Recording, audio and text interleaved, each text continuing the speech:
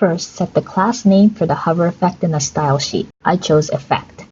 Set opacity to 1. The opacity is the transparency level of the element. Set the hover selector for the class to change the opacity on mouse over. The hover selector tells the browser what to do when you mouse over an element. In this case, because I set the opacity to 0.3, the element will have 30% opacity. The element in this lesson is an image. Set the image class to the class you just created. If you refresh the browser, the image will have the fade out effect. To create the fade in effect, you can flip the values. Now you have the fade in effect at hover.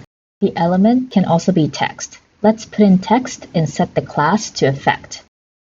If you refresh the browser, now there's a text with the fade in effect. We use the hover selector to change the opacity of two elements, an image and text. By going from opacity of a value less than 1 to 1, we created the fade in effect. By going from opacity of 1 to value less than 1, we created the fade out effect.